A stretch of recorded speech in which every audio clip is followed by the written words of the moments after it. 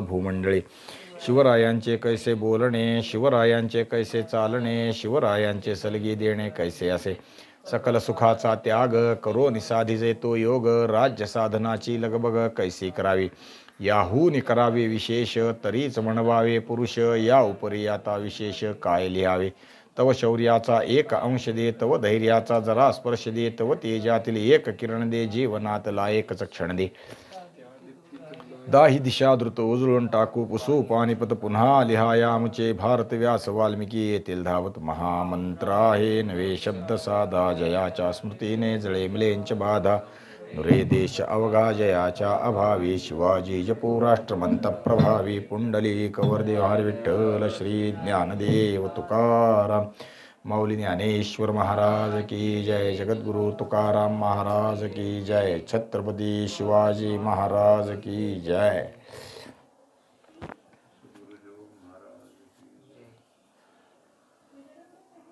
एकाच वेळी स्वराज्यावर दोन काळे ढग आले. आतापर्यंत एक एक संकट आलं, पण एका वेळी दोन आले असा विचार आपण करीत होतो. एक सिद्धी जोहरचं संकट आलं आणि दुसरं शाहिस्तेखानाचं संकट आलं. शाहिस्तेखान आता पुण्यापर्यंत येऊन ठेपला आणि सिद्धी जोहर पन्हाळ्याला, महाराज मिरजेतून पन्हाळ्याकडे निघून गेले हे पाहिलं आणि सिद्धी जोहर पन्हाळ्याकडे गेला. इकडं पुणं आणि एकाच वेळी पन्हाळा असं दोन ठिकाणी युद्ध सुरू झालं म्हणल्यासारखं आहे. दोन शत्रू एका वेळी. आपण कालपर्यंत थोडं शाहिस्तेखानाचा विषय पाहिला, आता सिद्धीचा विचार करणं आपल्याला आहे.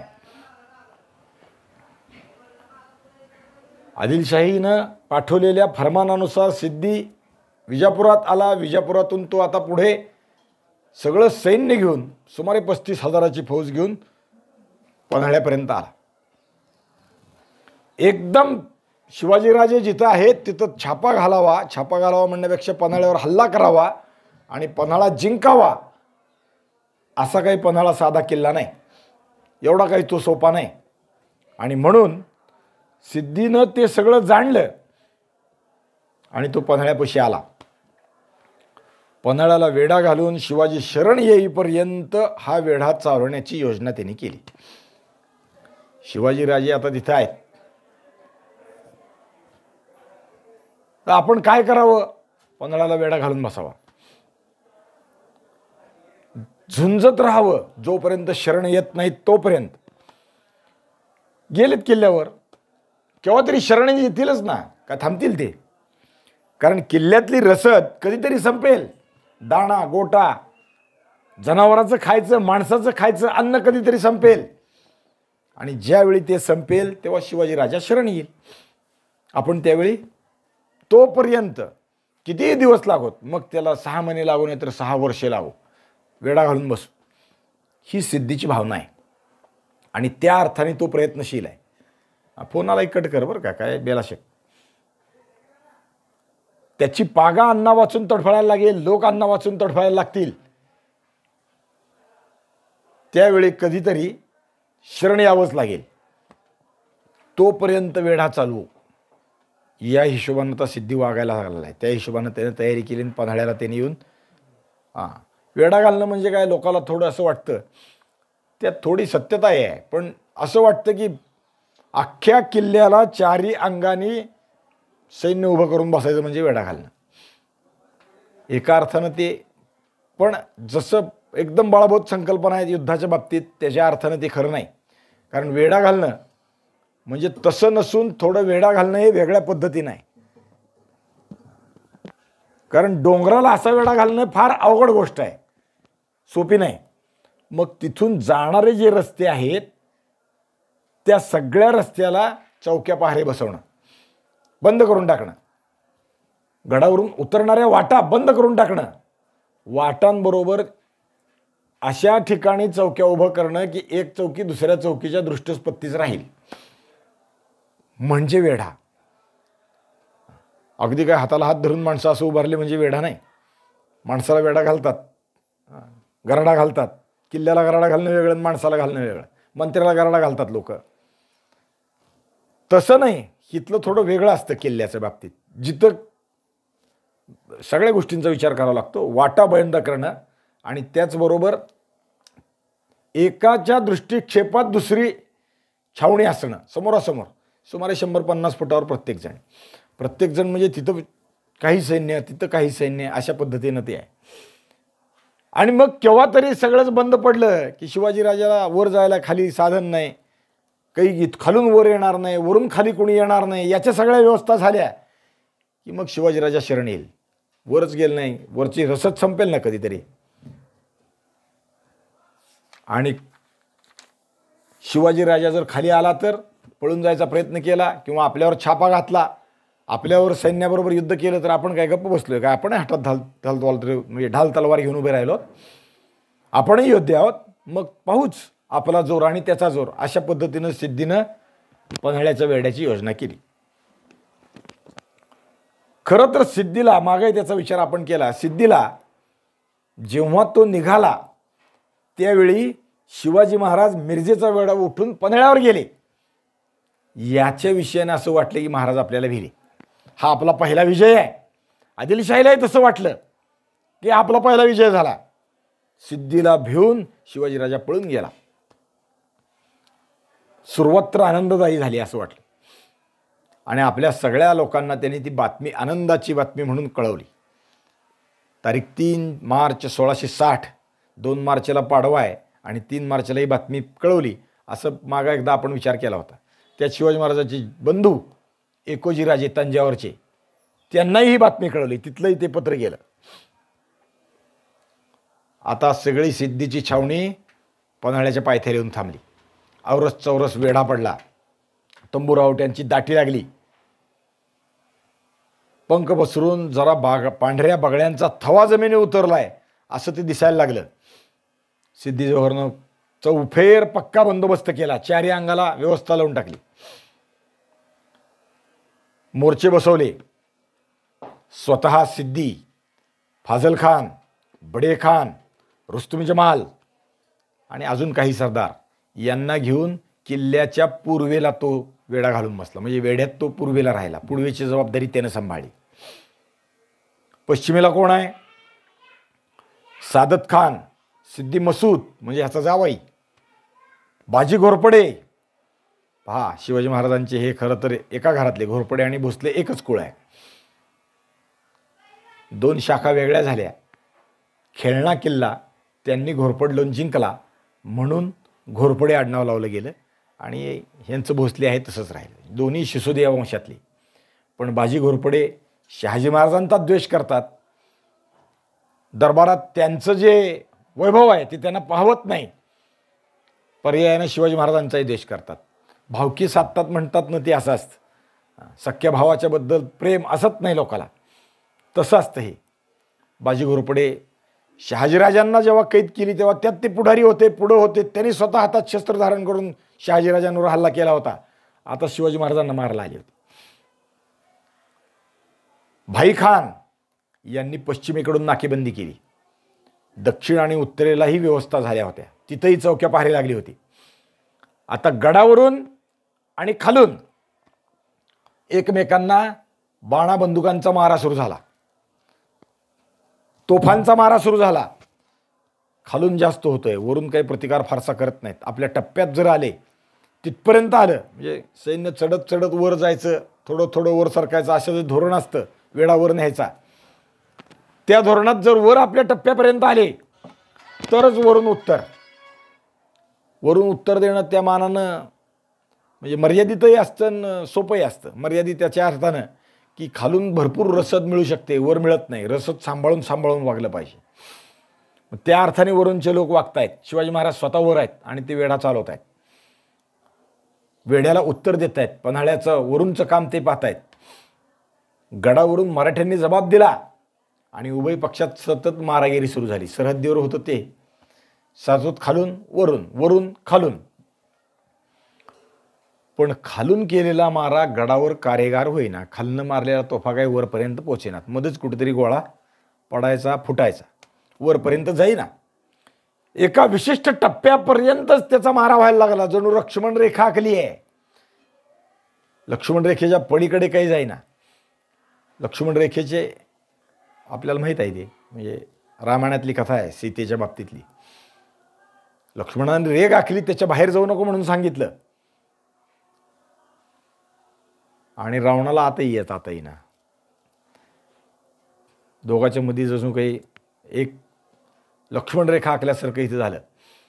वरूनचा मारा होतोय कधी कधी, पण वरूनचा मारा खालच्याला उत्तर एवढ्यापुरताच मर्यादित आहे. जर त्या लक्ष्मण रेखेच्या पुढं आले तर वरून गोळ्या सुटतायत, तर वरून दगड सुटतायत, वरून ज्याला आपण गोफण म्हणतो ते पण मारतायत. पण खालूनचा एवढा काही कार्यगार होईना. शत्रूला ते जमेना, किल्ल्यावरचे लोक टिपायला येईनात. सामान्यपणे तेवढं सोपंही नाही, पन्हाळ्यावरचे अंतर खूप मोठं आहे. खालून वर मारा करणं, तोफा मारणं सोपं आहे, पण ते तटापर्यंत पोचेना. तट पडला तर पुढं ना, नाहीतर काय उपयोग आहे. गोळ्या आणि बाण सुटले तरी त्याचं काम होईना, म्हणजे वायफाय चाललं. यावेळी सिद्धीचं बळ वाढत होतं. सिद्धीला लोक मिळायला लागले. कोण कोण येऊन मिळाले? सिद्धीला 2 जण येऊन मिळाले.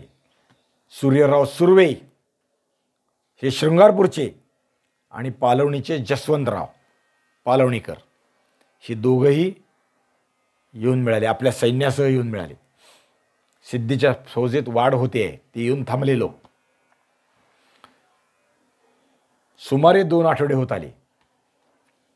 3 तारखेला सिद्धी येऊन पोचलाय, 2 तारखेला पाडवा आहे. महाराज त्यावेळेस पाडव्या दिवशीच गडावर आले आणि सिद्धी मागोमाग आला. सुमारे 15 दिवस झाले, 15 मार्च येऊन गेलं, तरी काही वेढ्याला हे होईना, यश काही येतंय असं वाटेना, कारण तोफाच वर पोचत नाही, तोफाचा माराच वर होत नाही. आणि मग काय करावं? सिद्धीला असं वाटायला लागलं की याच्यासाठी काहीतरी वेगळा विचार करू आपण, डोकं चालवू, काय करावं. अनेक गोष्टींचा विचार करून सिद्धीला आठवण झाली. कशाची? आपल्याला उत्तम दारुगोळा पाहिजे आणि त्याच्यासाठी तोफा पण चांगल्या पाहिजेत. मग काय करावं? सिद्धीला आता आठवण झाली. फाजलखानाला युक्ती सुचली. कुणाची? इंग्रजांची. इंग्रजांच्या तोफा मागू, आपले ते मित्र आहेत, त्यांच्या तोफा मागू, त्यांचा दारुगोळा मागू. इंग्रज कुठं आहेत? जवळच आहेत. राजापुराच्या वखारीत इंग्रजांचं आता वास्तव्य आहे. राजापूर गावात त्यांची वखार आहे, तिथून त्यांना बोलवून घेऊ. हेनरी रिव्हिंग्टन हा इथला अधिकारी आहे आणि हा फाजलखानाशी संबंध ठेवून आहे. पत्र लिहितो, फाजलही त्याला उत्तर देतो किंवा बोलतो. जेव्हा अफजल खानाची गलबत पकडली तेव्हा ह्याच हेनरी रिव्हिंग्टननं शिवाजी महाराजांना पत्र लिहिलं. तसं फाजल खानालाही त्याच दिवशी पत्र लिहिलं. हा आमचा धर्म नाही आहे, आम्ही व्यापारी आहोत, तुमची गलबत आम्ही घेतली म्हणून शत्रूने आम्हाला त्रास दिला, फाजल खानाला तो सांगतो. आणि त्याच वेळी शिवाजी महाराजांशी तह करतो, तुम्ही युद्धात कुठे उतराल तर तुम्हाला आम्ही मदत करू. हा हेनरी रिव्हिंग्टन, ते त्याला आठवला. पूर्वी पत्रव्यवहारातून परिचय झाला होता. मग आता काय करावं? जर या इंग्रजांकडून आपल्याला तोफा आणि दारुगोळा मिळाला तर आपलं काम थोडं सोयीचं जाईल. आणि म्हणून त्यासाठी त्यांनी प्रयत्न करायला सुरुवात केली. खरं तर हे इंग्रज म्हणजे व्यापारी आहेत, राजकारणापासून अलिप्त आहेत. मग आपल्याला ते मदत कशी देतील? पण पैसे दिल्यावर व्यापार करायला काय हरकत आहे? पण त्यांचं आणि मराठ्यांचंही आता मैत्री आहे, कशी करतील? कंपनीची मदत नाही मिळाली तरी हरकत नाही, पण स्वतः व्यक्तिशा, म्हणजे ईस्ट इंडिया कंपनी आहे ना त्यांची, त्यांनी जरी मदत नाही केली धोरण म्हणून, आमचं तुमच्याशी प्रेम आहे, शिवाजीराजाशी प्रेम आहे, एकाच्या शत्रुत्वापायी दुसऱ्याशी, एकाच्या प्रेमापायी दुसऱ्याशी शत्रुत्व घेणं आम्हाला परवडणार नाही, आम्ही नाही करणार, असं म्हणू शकते कंपनी. मग व्यक्तिशा हेनरी रिव्हिंग्टन अशी मदत करू शकतो ना. तो जरी कंपनीचा अधिकारी असला तरी त्यालाही स्वतःच्या अपेक्षा आहेत, व्यापार आहे, स्वतःचाही व्यवसाय आहे, त्याच्यासाठी तो मदत करेल. मदत करायला काय हरकत आहे असं वाटलं. आणि म्हणून सिद्दी जोहरनं आणि फाजलनं मिळून एक युक्ती केली, एक पत्र लिहिलं आणि आपला मुतालिक आणि त्याच्याबरोबर 400 स्वार राजापूरला पाठवून दिले. 400 लोक बरं का, नुसता वकील गेला भेटी केल्या नाही. 400 लोक का? स्वार का? तर ते तोफा घेऊन यायचे आहेत ना, त्याला लोक लागतील, त्यांचे लोक असतील पण ते मर्यादित असतील, आपले लोक जास्त असले पाहिजेत आणि किंबहुना हेनरीवर वजन घालायचं आहे की तू जर देत नसशील तर स्वार घेऊनच आलोय आम्ही, असाही विचार करता येण्यासारखा आहे. मागं लोक तर आहेतच आमचे. राजकीय भानगडीत न पडणारे इंग्रज व्यक्तिशः या गोष्टीला मात्र पडले.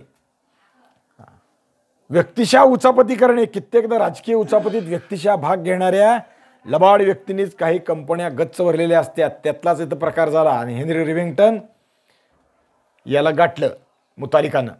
वखारीत भेट घेतली, सिद्धीचा निरोप दिला, पत्र सादर केलं. तुमच्या लांब पल्ल्याच्या तोफा आणि दारुगोळा खरेदी करायला आम्ही तयार आहोत, आम्हाला तुमचा माल पुरवावा अशी विनंती केली. हेनरी विचारात पडला. खरं तर नुकतंच शिवाजी महाराजांशी आपला करार झालाय, आता त्यांच्या विरोधात तोफा आणि हे पुरवणं हे आपल्याला महागात पडेल हे त्याला जाणवलं. कारण त्या प्रकरणात, पहिल्या गलबताच्या प्रकरणात एक माणूस 25 दिवस तुरुंगात अडकून पडला होता, फिलिप गिफर्ड, आणि त्याच्याबरोबर आपल्या वखारीतला मालही मराठ्यांनी लुटून नेला होता. मग आता हे परत उद्योग करतील, त्याच मराठ्यांशी आपला करार झालाय, परत जर काही झालं तर काय करावं. विचार कंपनीच्या दृष्टीने विचार करायला लागला, स्वतःच्याही दृष्टीने विचार केला. पण विचार करीत असताना दुसरी बाजू असते. त्या दुसऱ्या बाजूचा विचार त्यानं असा केला, शत्रूला जर दारुगोळा पुरवला तर शिवाजीराजा काय करील. तसा दुसरा विचार त्यानं केला की आता शिवाजीराजाची परिस्थिती काय आहे. आता तो कच्चा दोवा आहे. का? कारण शिवाजीराजावर 2 संकट प्रचंड आलेली आहेत. त्यातलं पहिलं सिद्धीचं आहे आणि दुसरं शाहिस्तेखानाचं आहे. आणि या 2 संकटातून तो आता बुडणार, तो बाहेरच येत नाही. आणि तो बुडला म्हणजे संपलं. मग आपल्याला यांचाच आधार आहे. उद्याच्याला आपल्याला इथं व्यापार करायचा आहे किंवा जे काही डोक्यातल्या योजना आहेत त्याच्यासाठी आदिलशाही फौजा आणि मुघलांच्या फौजा आपल्याला मदत करणार आहेत किंवा मुघल आणि आदिलशाही राज्यात आपल्याला ती व्यवस्था होईल. आपण यांची मर्जी संपादन केली पाहिजे.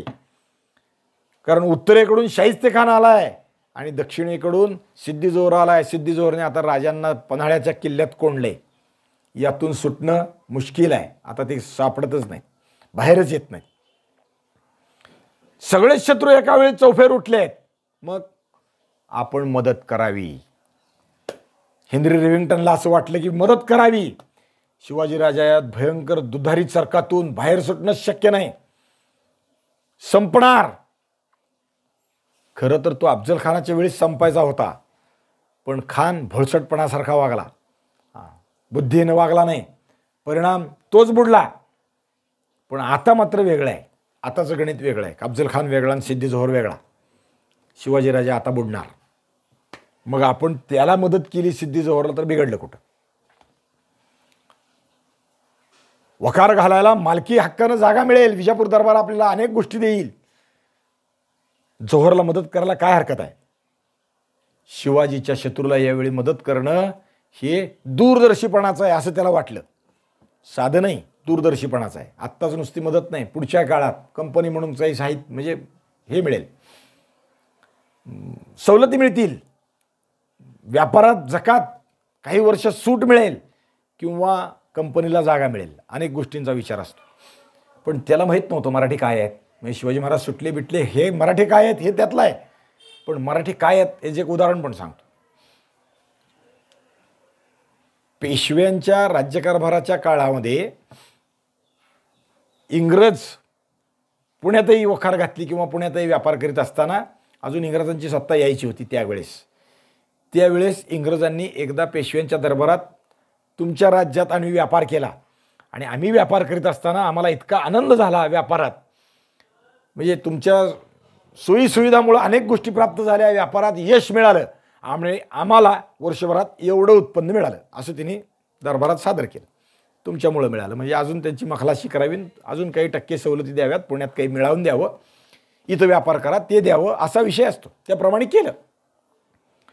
दरबारात त्यांची वाहवा केली. वा वा छान छान छान झालं म्हणजे. ह्याच्याबद्दल आमच्याकडून तुम्हाला बक्षीस काय, हत्ती बक्षीस दिला. हत्ती बक्षीस दिला बरं का. दरबारात सगळेच मानकरी एकदम चपापले. ही काय व्यापार करण्यात हत्ती बक्षीस द्यावा असं काय. त्यांना फार तर 2% अजून सवलत द्या, जकातीत माफी द्या, 6 महिन्याची माफी द्या, एखाद्या पदार्थावर जकात सोडून द्या, किंवा आलेल्या वकिलाला मान सन्मान करा, पोशाख द्या, एखादा दागिना द्या. हत्ती भेट द्यायचं काय कारण असं वाटलं. आणि तो इंग्रज खुश झाला, आपल्याला एवढा मोठा हत्ती दिला, व्यापारात सवलती मिळवल्या, उत्पन्न मिळवलं म्हणून हत्ती भेट दिला. त्याला आनंद झाला वकिलाला. वकिलाने तिथनं जाऊन आपल्या आपल्या मुक्कामावर जाऊन सांगितलं, सगळं झालं. आणि दरबारात चर्चा झाली दुसऱ्या दिवशी की वकिलाला हत्ती भेट द्यायसारखं काय, इंग्रजांना हत्ती भेट द्यायसारखं काय घडलं, असं का केलं.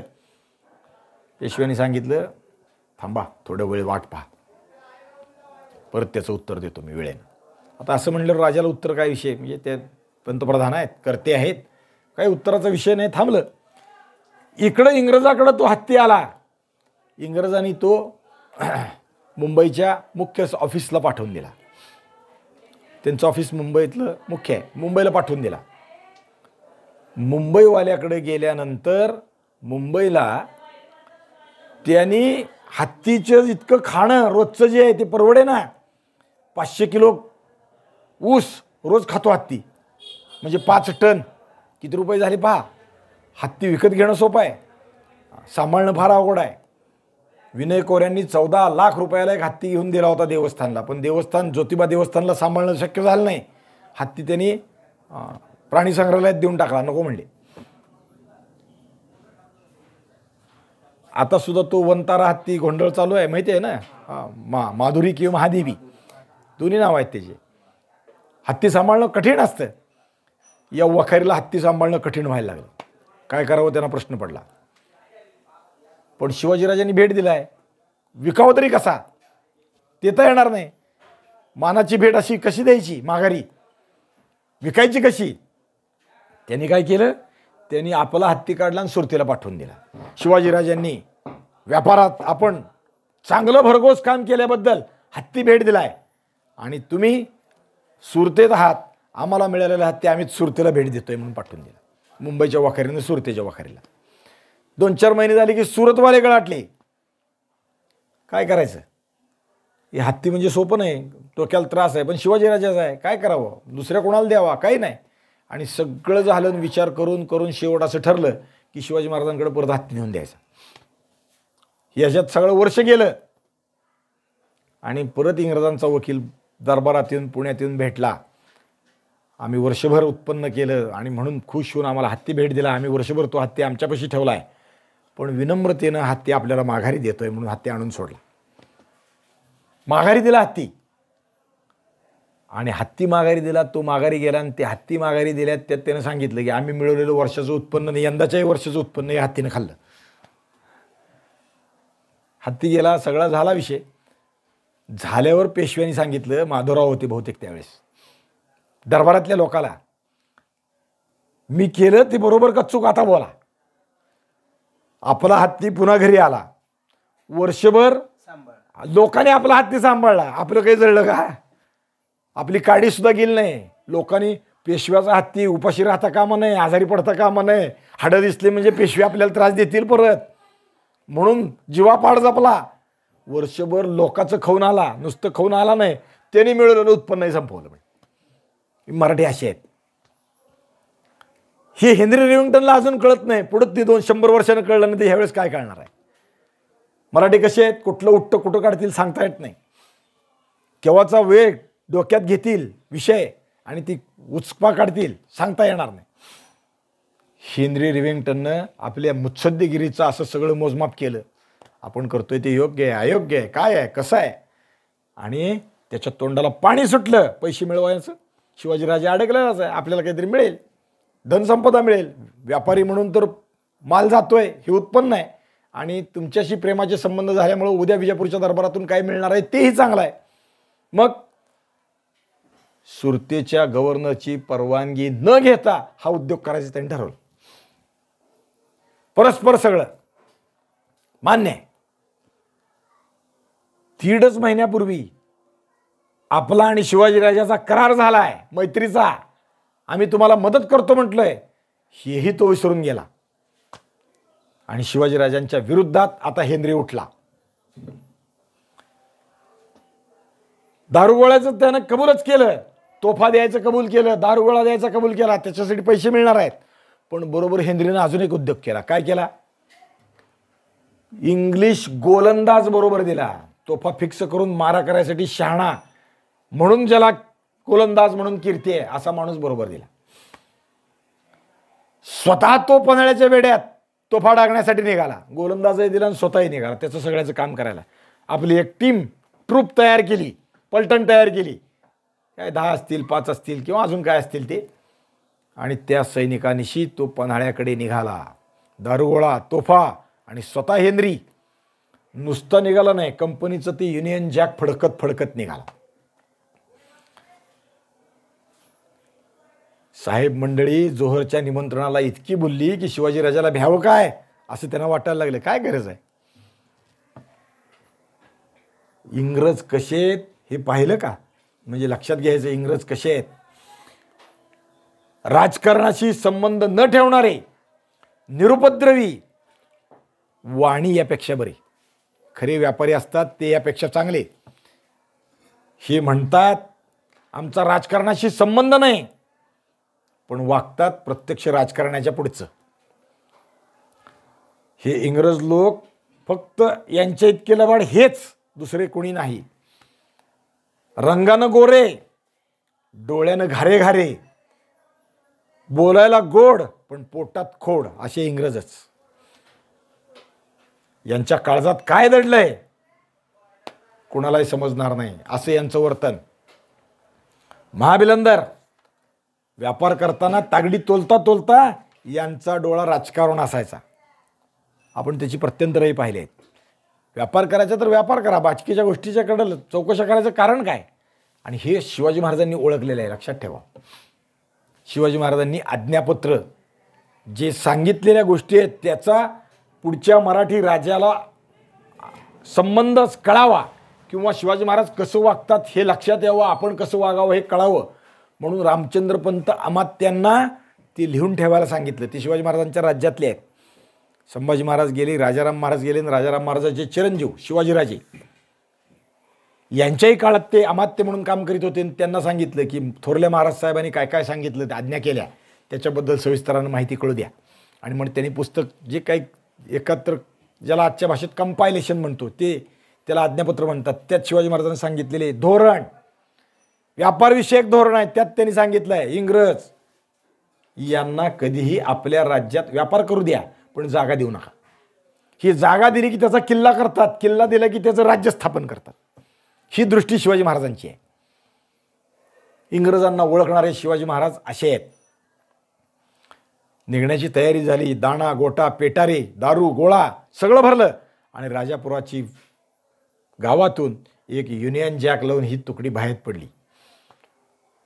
झेंडा फडकवीत फडकवीत हेनरी बाहेर पडला. हेनरी रिव्हिंग्टन राजापुरातून बाहेर पडला. तारीख 2 एप्रिल 1660. रायपाटण अणुस्कुरा या घाटातून तो हळूहळू, तोफा म्हणजे सामान्य गोष्ट नाही, त्याला बैल लागतात, ओढायला जोड लागते, आणि मग तो सगळं सैन्य घेऊन राजापुरातून, अणुस्कुरा घाटातून, रायपाटण अणुस्कुरा घाटातून कोल्हापुरात आला.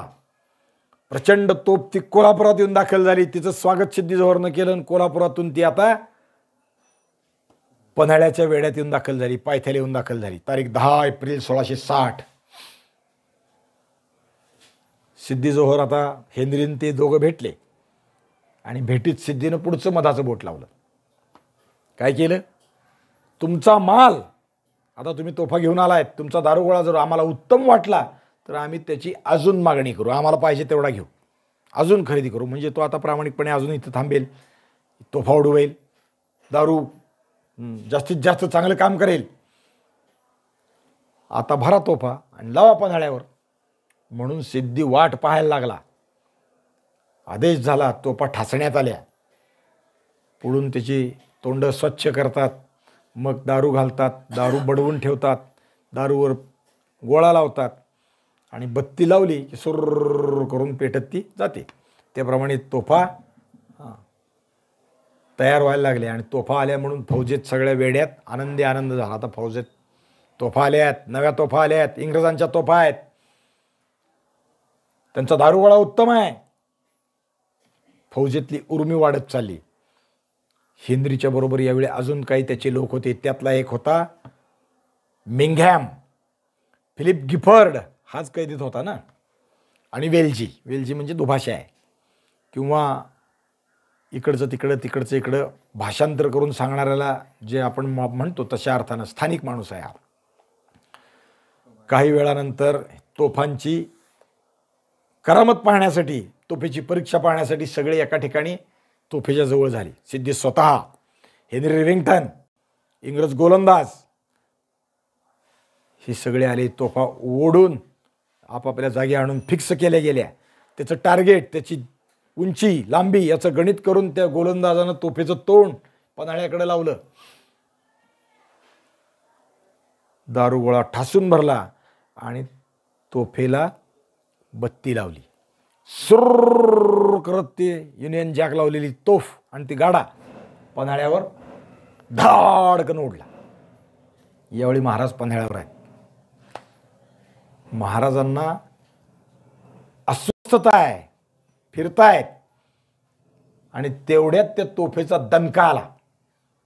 तोफ उडाली आणि त्याचा आवाज गडावर ऐकू आला. महाराजांना एकदम अस्वस्थता वाढली. काय एकदम आलं एवढं? वेड्यात काय आलं की तोफ उडाली? धडाका कशाचा उडाला? आत्तापर्यंत होत्या त्या तोफा वेगळ्या, ही वेगळी आहे.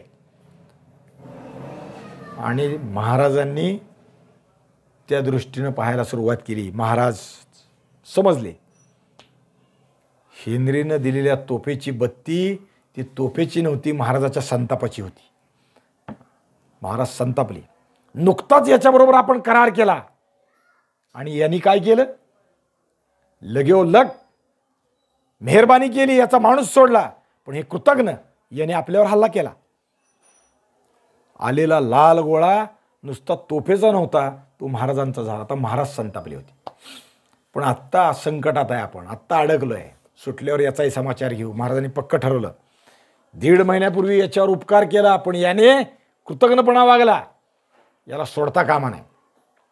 आजवर याचा व्यापार नीट चालू दिला, त्याच्या उपकाराची फेड केली.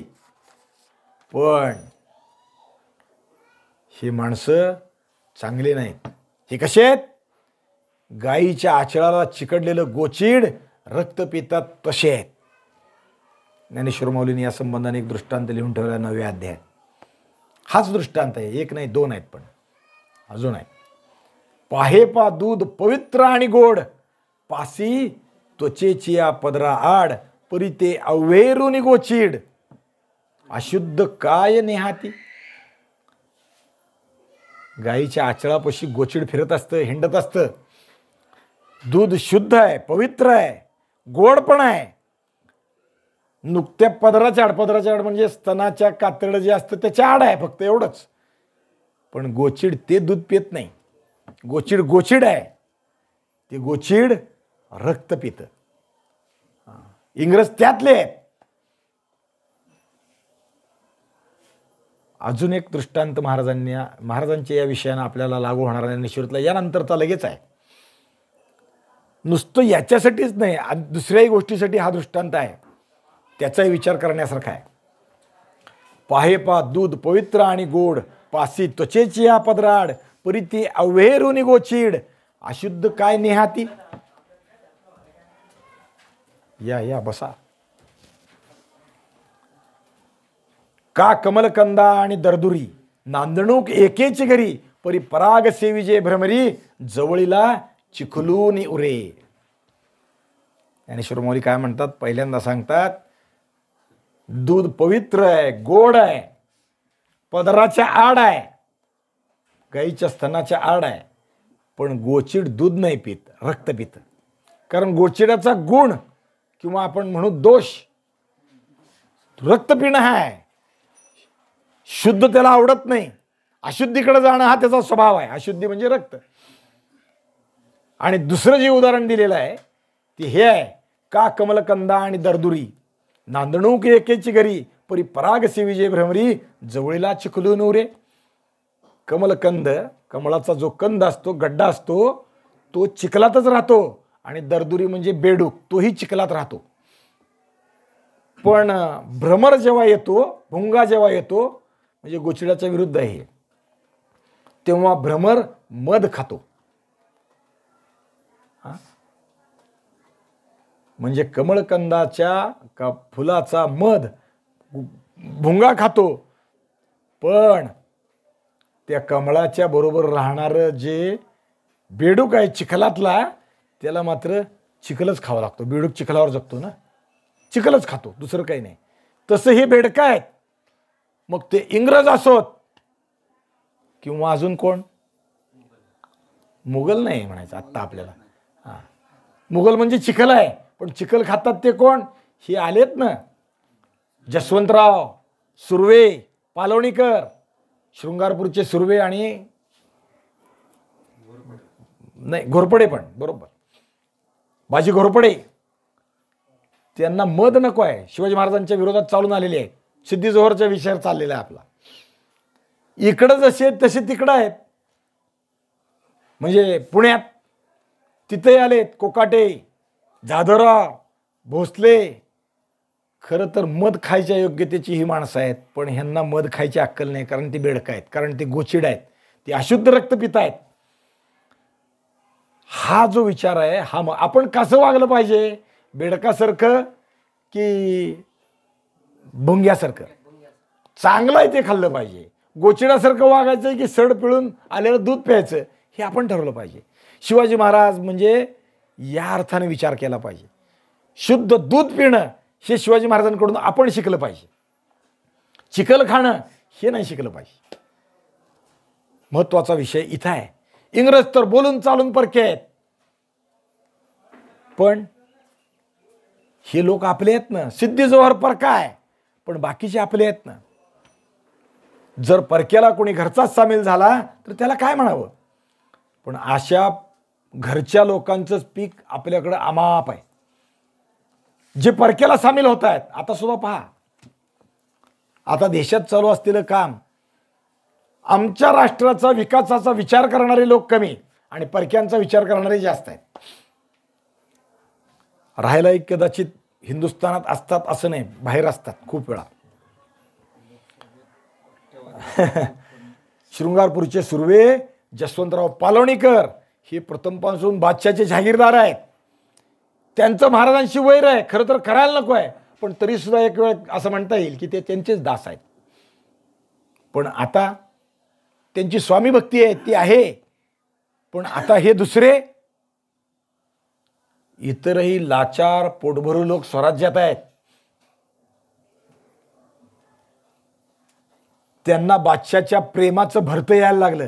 शिवाजीराजे आता अडकलेत, आम्ही राहतोय स्वराज्यात, नुसतं तोंडावर आत्ता शिवाजी महाराजांच्या विषयानं वागतोय, पण आता आमची आस्था आहे, आमच्या निष्ठा आहेत त्या तिकडं आहेत, मोगलाशी आहेत. त्या पद्धतीनं ते विचार करतात. मोगलाशी याचा अर्थ दोन्ही तिन्ही, आदिलशाह असेल किंवा दिल्लीपती मोगल असतील. बादशाच्या प्रेमाचे उमाळे यायला लागले. त्यातून हे दोन माणसं बाहेर पडले. कोण? पहिली मुसेखोऱ्यातली. मुसेखोर म्हणजे बाजी पासलकर, त्याचे देशमुख आहेत. या बाजींनी आपला देह शिवाजी महाराजांसाठी ठेवला, स्वराज्यासाठी ठेवला. स्वराज्य स्थापनेच्या पहिल्या युद्धात हे बाजी पासलकर पडले. सासवडमध्ये त्यांची समाधी आहे. आपण सासवडला आळंदी पंढरपूर चालत येतो तेव्हा थांबल्यावर जाऊन पहा, सासवडच्या मुख्य बाजारात त्यांची समाधी आहे बाजी पासलकरांची. त्याच्या शेजारी त्यांचा एकनिष्ठ सेवक सतत बरोबर असणारा एल्या मांग नावाचा होता, तोही तिथं मेला, त्याची समाधी तिथं आहे. युद्धात ते मेले. पहिल्या युद्धात त्यांनी बळी दिला, आपला आयुष्याचा होम केला, पहिली समिधा त्यांनी टाकली. त्यांच्या कुळातला माणूस आहे, त्यांच्या भावकीतला माणूस आहे. आणि तो गोदाजी पासलकर तो चालला बादशाहकडे, आदिलशहाकडे. त्याने आदिलशहाला पत्र लिहिलं. काय लिहिलं? मौजे सायतन हा गाव मला इनाम मिळावा. कशासाठी गेले? एक गाव इनाम मिळण्यासाठी. मौजे वरसगाव येथील 100 बिघे जमीन आणि मौजे जांभळी येथली 80 बिघे शेरी जमीन मला इनाम मिळावी, म्हणजे मी सिद्धी सलाबत खानाबरोबर मसलत आणि चाकरी करेन. मी त्याच्याकडे जातोय येतोय, पण त्याच्याबद्दल मला हे द्या. लाचार म्हणतात ते हे. कशासाठी लाचार? 100 बिघे जमिनीसाठी लाचार. कशासाठी लाचार? 80 बिघ्यासाठी लाचार. कशासाठी? एका गावाच्या वतनासाठी. हे गाव मला मिळावं, आम्ही मुक्त राहावं, आम्ही स्वतंत्र राहावं, अख्खं राज्य माझं असावं ही इच्छाच नाही. देवाधर्माचं राज्य असावं ही प्रवृत्तीच नाही. लाचारी कशासाठी? क्षणिक स्वार्थासाठी. कुणी राजेपदासाठी, कुणी पदवीसाठी, कुणी गावासाठी. एवढाच फरक. चिमुटभर स्वार्थासाठी देवाधर्माचा आणि आपल्या राष्ट्राचा, आपल्या जातबाईचा होम करायला हा निघाला होता. दुसरा प्राणी हा एक झाला, दुसरा तसाच. याचं नाव केदारजी खोपडे, खंडूजी खोपड्याची भावकी आहे. त्याने अर्ज केला बादशाला. बघा अर्ज काय आहे त्याचा. मौजे नेर, पळसोली ही 2 गावे मला इनाम मिळावी. भागवडी येथील 5 बिघे जमीन, 100 बिघे सुद्धा नाही, 5 बिघे, म्हणजे ही जमीन मला मिळावी. म्हणजे मी सिद्दी सलाबत खानाबरोबर बादशाही मसलत करेन. बादशाह जे काम सांगते ते सिद्दी जोहर किंवा मसलत काय ते सलाबत खान त्याचा किताब आहे ना, त्याच्याबरोबर मी काम करेन. त्याच्याबरोबर मी शिवाजीराजांच्या विरोधात जाईन. क्षणिक स्वार्थ शिवाजी महाराज आम्हाला कळालेच नाहीत. त्यावेळेसही कळाले नाहीत आणि आजही कळाले नाहीत. कशासाठी हा माणूस झटतोय? स्वतःसाठी, स्वतःच्या राज्यासाठी, स्वतःच्या सुखासाठी, स्वतःच्या उपभोगासाठी? कळालंच नाही. आम्ही आमच्या स्वार्थासाठी शिवाजीराजांशी वैर धरून बसलो, हे यांना शिवाजी महाराज कळाले नाही. आजही अनेक लोकांना शिवाजी महाराज कळत नाहीत. या अर्थाने सगळा विचार केला तर शिवाजी महाराजांसारखे वागणारे, शिवाजी महाराजांचा विचार करणारे, शिवाजी महाराजांच्या गुणाचं काय म्हणू त्याच्या पाठलागे काय पावलावर टाकणारे, गुणांचं अवलोकन करणारे, अनुग्रहण करणारे असे लोक फार कमी. हां बोल बोल, काय हरकत नाही. काय आहे, तुम्ही बोलला तर आम्हाला कळतं, तुम्हाला कळलंय का नाही आणि पुढे जाता येतं, किंवा मग त्यातून तुमचं ऊर्जा वाढत जाते. आपलं योग्य अयोग्य कळत जातं. हरकत नाही, बोललं पाहिजे. शंका कुशंका विचारल्या पाहिजे, राहिलं पाहिजे. अजूनही शिवाजी महाराज आम्हाला कळले नाहीत. शिवाजी महाराज प्रत्येक गोष्टीत अशा अर्थाने पाहिले पाहिजे. वेगळ्या वेगळ्या स्त्रीवर बलात्कार होतो, मग रामराज्य हवं कशाला? शिवाजी महाराजांचं म्हणणं आहे धर्मराज्य म्हणजे काय? एका स्त्रीवर बलात्कार झाला तर आम्ही गप्प बसलो तर कसं चालेल? एका स्त्रीला, म्हणजे महाभारताचा विचार करा किंवा रामायणाचा, रावणाने सीता पळवून नेली. महाभारतात द्रौपदीच्या वस्त्राला हात घातला तर त्याच्यासाठी 18 औक्षणी सैन्याचा होम करावा लागला. आणि तिकडं रावणाचं कुळ संपवलं, दैत्यकुळ संपवलं ना रामरायाने. दैत्याची कुळे नाशी, साधूचा मान घेऊशी, या पद्धतीनं वर्तन. एका स्त्रीच्या आबरूसाठी एवढं सगळं घडलं, रामायण घडलं. एका स्त्रीच्या आबरूसाठी महाभारत घडलं. आणि माझ्या राज्यात जर असंच पुन्हा होत असेल तर हे धर्मराज्य नाही, हे रामराज्य नाही. मग स्त्रीची आबरू जपली पाहिजे. यत्र नार्यस्तु पूज्यन्ते रमन्ते तत्र देवता. या न्यायानं आमचं राज्य सुखाचं व्हायचं असेल, देवता इथं रमायच्या असतील, तर स्त्रीचं शील जपलं पाहिजे. म्हणून जे करता येईल ते केलं पाहिजे. दुर्दैवानं आज ते होतंच असं नाही. शिवाजी महाराजांचा आदर्श आम्ही ठेवत नाही असंच त्याला म्हटलं पाहिजे. गावागावात स्त्रियावर अत्याचार होतात, पळवून नेल्या जातात. कालचा एक व्हिडिओ आहे, तुम्ही पाहिला की नाही? तुम्ही थोडं मोबाईल पाहत नाही म्हणून मला माहीत आहे, पण पाहिलं पाहिजे. म्हणजे आता पाठात विषय सोडून द्या, माहीत करून घेतलं पाहिजे. नांदेडच्या भर बाजारात 2 युवकांनी एका युवतीला उचललं, आपल्या मोटरसायकलवर नेलं, उचलून नेलं. लोक व्हिडिओ करत बसले, गबत पाहत बसले. धर्मराज्य आहे काय? आता त्याचा निकाल होईल, कोण माणूस आहे, काय आहे, गाडी ट्रेस करतील, माणसं पकडतील, पोलीस धरून आणतील. पण हे होतानाच अडवलं पाहिजे, ही माणसाची प्रवृत्ती जागी झाली पाहिजे, म्हणजे शिवचरित्र आचरणात आलं असं म्हणता येईल. हे झालंच नाही पाहिजे. आणि त्या माणसाला असे शासन झालं पाहिजे. मी थोडा कायद्याचा विद्यार्थी पण आहे ना, वकिली करतो. त्यामध्ये शिक्षा ज्या दिल्या जातात आपल्याला माहीत आहे, तुरुंगात ठेवणं आहे. तुरुंगात पुन्हा सक्तीचा कारावास असतो, म्हणजे तिथं मोलमजुरी करायला लावतात.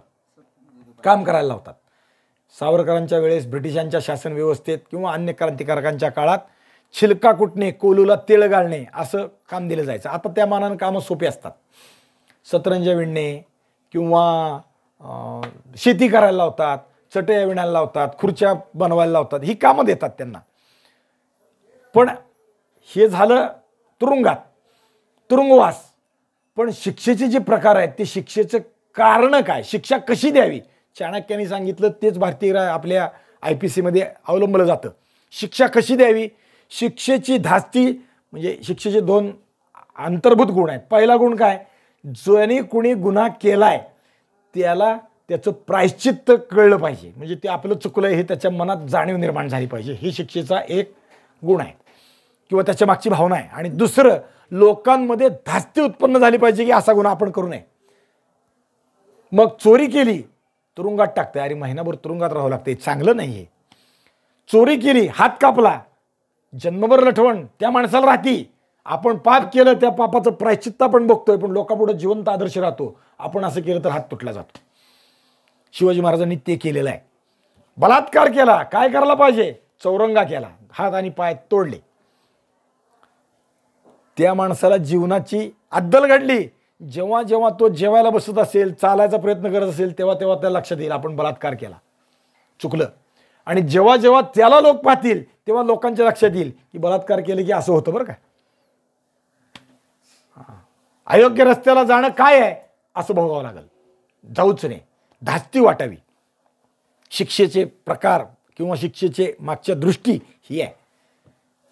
या अर्थाने त्याचा विचार शिवाजी महाराज म्हणून जेव्हा आपण करतो तेव्हा केला पाहिजे. शिवाजी महाराज काय करतात, आता बलात्कार केलेला राजरोस हिंडतो फिरतो. नांदेडमध्ये एवढ्या भर बाजारात झालं, कुणी त्याला का अडवलं नाही, का धरलं नाही, का पकडलं नाही, का बांबून चोप दिला नाही, पोलिसाच्या ताब्यात दिलं नाही. कारण समाज अशा समाजकंटकांना भीतो. तो न भीता दृढपणाने उभारणं म्हणजे शिवचरित्राचं आचरण. हा भाग महत्वाचा आहे. पण इथं काय आहे, शिवाजी महाराजांच्या चरित्रात काय आहे, शिवाजी महाराजांच्या बरोबरीचे लोक, शत्रू आहेत ते वैरी आहेत समजू शकतो. तो नरडीचा घोट घ्यायला येऊन बसलाय, तो मारायला टपून बसलाय, तो भेटेचं सोंग करतोय. अफजल खान असेल किंवा आता सिद्दी जोहर असेल, तिकडे शाहिस्ते खान असेल, फाजल खान असेल, हातात शस्त्र घेऊन आलाय, तुमच्यावर तोफा ढागायला आलाय, त्याला मित्रत्व करायला हेनरी आलाय, तोही परका आहे. तो तर कुठं शुद्ध आहे, तोही परका आहे. पण आमच्याच लोकांनी शिवाजी महाराजाला ओळखू नये, आमच्याच लोकांनी शिवाजी महाराजाच्या कार्याचं कर्तृत्वाचं जाण ठेवू नये. हे जर लोक त्यावेळेसच बरोबर आले असते ना, तर शिवाजी महाराजांच्या हयातीत दिल्लीवर भगवा झेंडा लागला असता. दिल्लींद्र पदलिप स्वाहा हे जे शिवाजी महाराजांची इच्छा आहे. लोकांचं असं आता म्हणणं आहे की शिवाजी महाराजांचं राज्य हे वैयक्तिक त्यांच्यापुरतं होतं आणि त्यांना काही फार मोठं पुढं विषय मांडायचा नव्हता.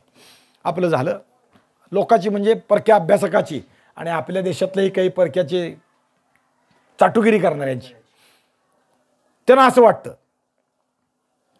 पण छत्रपती शिवाजी महाराज ओळखायचे असतील तर त्यांचं चरित्र विचारलं पाहिजे, अभ्यासलं पाहिजे. आणि तसंच संभाजी महाराज आपल्या पित्याबद्दल काय म्हणतात तेही पाहिलं पाहिजे.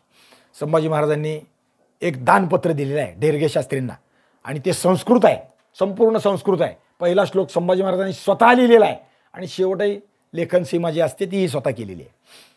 संस्कृत दानपत्र आहे आणि या दानपत्रात त्यांनी लिहिलं आहे, दानपत्राचा मजकूर साधारण असा असतो, मी अमुक अमुक अमक्या व्यक्तीला या निमित्तानं दान देतोय. किती दान देतोय ते आलं, निमित्त काय आहे ते आलं, मी कोण आहे ते आलं. मग कधी रोख रक्कम असते, कधी जमीन असते, काही असो. आणि या दानाला कुणी हरकत केली तर त्याला भगवान शंकराची शपथ आहे, जसं तसं असं जर कुणी केलं तर त्याच्या 80 पिढ्या रोरो नरकात पडतील. असे अनेक शाप पण त्यात असतात दानात. म्हणजे गावागावात गद्देहाळ असतात ना, दगडी शिलालेख असतात आणि त्यात ती दानं लिहिलेली असतात, ती दानपत्रच असतात, त्याला गद्देहाळ म्हणतात. संभाजी महाराजांनी हे कागदावर लिहिलेलं आहे, दानपत्र दिलं आहे, ढेरगे शास्त्रीला दिलं आहे आणि त्यात सगळा उल्लेख केला आहे. मी कोण, मी संभाजी राजा. पण संभाजी राजा नाही, त्यांनी लिहित असताना बाबाजीराजे, मालोजीराजे, शहाजीराजे, शिवाजीराजे यांचा सगळ्याचा मी कोण असं लिहिलेलं आहे. त्यात शिवाजी महाराजांची विशेषणं लिहिली आहेत. शिवाजी महाराज सामान्य नाहीत.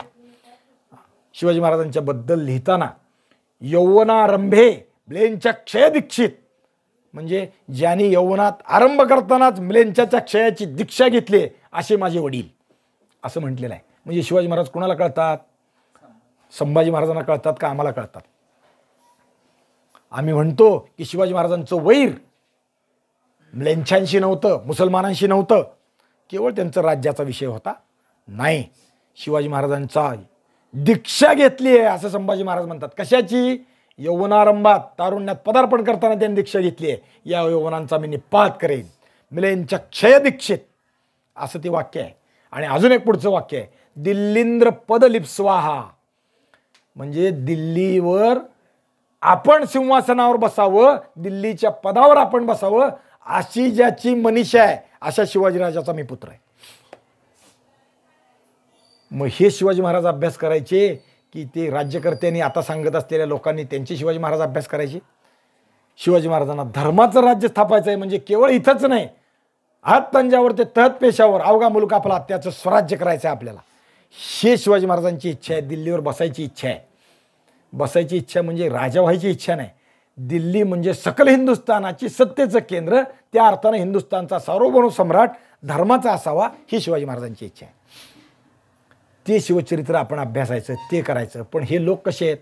सांगितलेले मगाशी, पालवणीकर, जसवंतराव पालवणीकर, सूर्यराव सूर्ये, आणि आता हे दोन गोदाजी जगताप, गोदाजी जगताप नाही, गोदाजी पासलकर. जगताप शिवाजी महाराजांच्या बरोबरचे आहेत बरं का, हे बालसवंगडी आहेत शिवाजी महाराजांचे.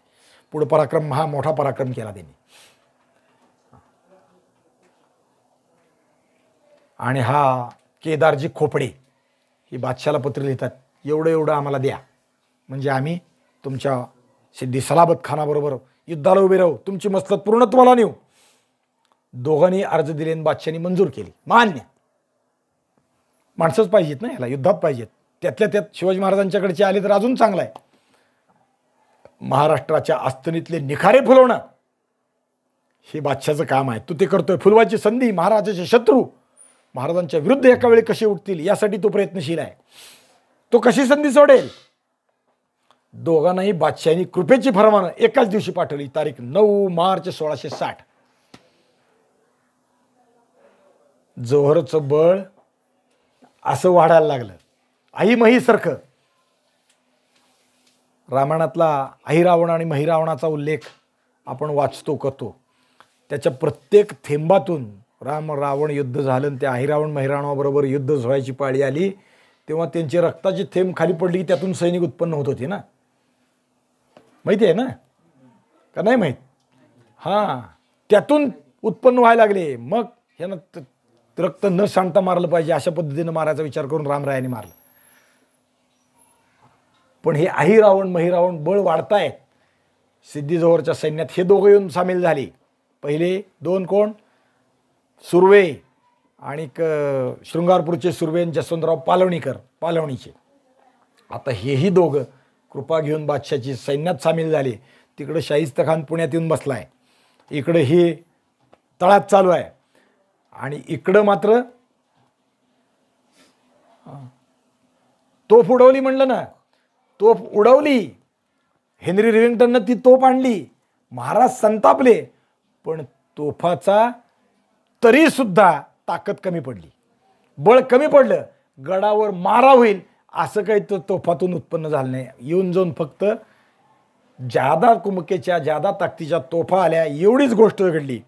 त्यातून काहीही निष्पन्न झाले नाही. गडावरचा वेढा मात्र, गडा पन्हाळ्याच्या खालचा वेढा मात्र अति कडक होता. किती कडक? गडातून बाहेर जाता येत नव्हतं, बाहेरून बातमी गडावर येत नव्हती. बाहेर काय चाललंय बातमी गडावर येईना. माणूस गडावर जाणं मुश्किल व्हायला लागलं, गडावरून खाली जाणं तेही मुश्किल व्हायला लागलं. एकदा गडातून बाहेर पडण्याचा प्रयत्न केला गेला, पण ते सगळे लोक शत्रूंनी पकडले आणि मारले, ठार मारले. जोहरने दोन गोष्टी महत्त्वाच्या केल्या. एक म्हणजे पन्हाळ्याला वेढा दिला, आणि बरोबरच त्यानं अजून एक गोष्ट केली. जवळच दुसरा किल्ला आहे खेळणा उर्फ विशाळगड, त्यालाही वेढा द्यायला माणसं पाठवून दिली. तोही जिंकायचा. योद्धा सामान्य नाही. कोण पाठवलं? सूर्यराव सुर्वे आणि जसवंतराव पालवणीकर यांना खेळण्याकडे पाठवलं. मोर्चेबंदी खेळण्याची केली. आणि स्वतः पन्हाळ्याच्या वेड्यात थांबला.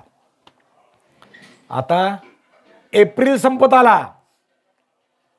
इंग्रज आले ते एप्रिल आहे ना, नाही एप्रिल महिन्यात आले इंग्रज. हां, मार्च महिन्यात या दोघाला फरमानं दिली आणि ते आले असा आपण विचार केला 9 मार्चला. पण एप्रिल महिन्यात इंग्रज आले. एप्रिल म्हणले की झाला पावसाळा सुरू व्हायचा काम. मे महिना, एप्रिल, मे आणि जून, मे मध्ये थोडा थोडा सुरू होतो वळीव. आणि सिद्धी जोहरच्या लक्षात आलं की आता पावसाळा जवळ यायला लागला आहे, पावसाळ्याचं काहीतरी व्यवस्था केली पाहिजे. कारण काय करायला हवं, पन्हाळा, कोल्हापूर या परिसरात तुफान पाऊस होतो. पावसाच्या दृष्टीनं वेड्याची तयारी करायला हवी. महाराज वरून विचार करतायत की वेढा कधीतरी ढिला होईल. नेताजी पालकर बाहेरून येईल, वेड्यावर पन्हाळ्याच्या नाकेबंदीवर घाव घालील, फोडील, तोडील आणि आपण बाहेर पडू. वेढा कधीतरी ढिला पडेल, नाकेबंदीच्या निमित्तानं तरी ढिला पडेल, नेताजी पालकर येतील त्याच्यासाठी तरी ढिला पडेल, किंवा आता पावसाळा येईल तेव्हा तरी ढिला पडेल. पण पावसाळ्यासाठी सिद्धी काय करतोय आणि पुढची तयारी काय आहे, महाराज काय विचार करतायत, त्याचा विचार आपण उद्या करू. पुंडलिक वरदेव हरी विठ्ठल श्री ज्ञानदेव तुकाराम विठ्ठल विठ्ठल विठ्ठल. पुंडलिक वरदेव हरी विठ्ठल श्री ज्ञानदेव तुकाराम माऊली ज्ञानेश्वर महाराज की जय. जगद्गुरु तुकाराम महाराज की जय. छत्रपती शिवाजी महाराज की जय. धर्मवीर संभाजी महाराज, सद्गुरु जोग महाराज की जय.